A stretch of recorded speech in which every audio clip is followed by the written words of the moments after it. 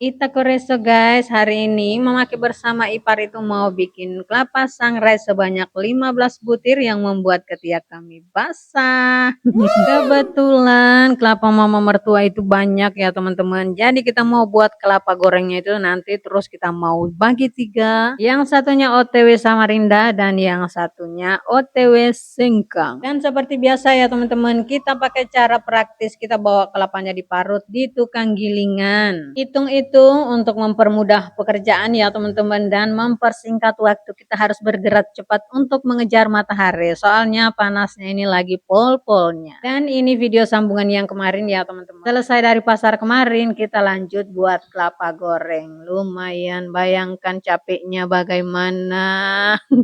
Pokoknya hari ini kita nggak ada istirahatnya. Mumpung yang mau ngaduk kelapa gorengnya itu banyak, jadi Mama ambil kesempatan dalam kesempitan.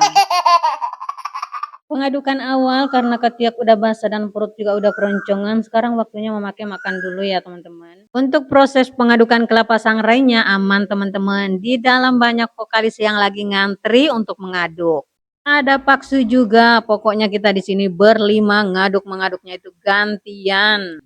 Nah, proses pembuatan kelapa sangrainya ini ya teman-teman bukan cuma memakan waktu 1 jam, tapi sekitar 2 jaman. Soalnya kita itu pakainya itu api sedang biar dia nggak gosong. Karena kalau kelapanya gosong nanti alhasil kelapa gorengnya itu akan berwarna hitam. Dan yang pasti rasanya itu akan menjadi pahit. Sekarang udah terlihat penampakannya kalau ini udah matang ya teman-teman. Tekstur kelapanya itu udah garing-garing, terus diaduknya itu udah nggak berat. Lumayan juga proses aduk mengaduknya, hampir memakan waktu 2 jaman ya teman-teman. Tapi karena yang ngaduknya itu banyak, jadi kita nggak begitu kecapean. Sekarang waktunya proses tumbuk menumbuk. Memakai kira ini proses tumbuk menumbuknya itu nggak begitu lama ya teman-teman. Ternyata disinilah terbitnya proses keresoan terjadi. Soalnya dalam proses ini perkekian mulai basah teman-teman. Benar-benar basah.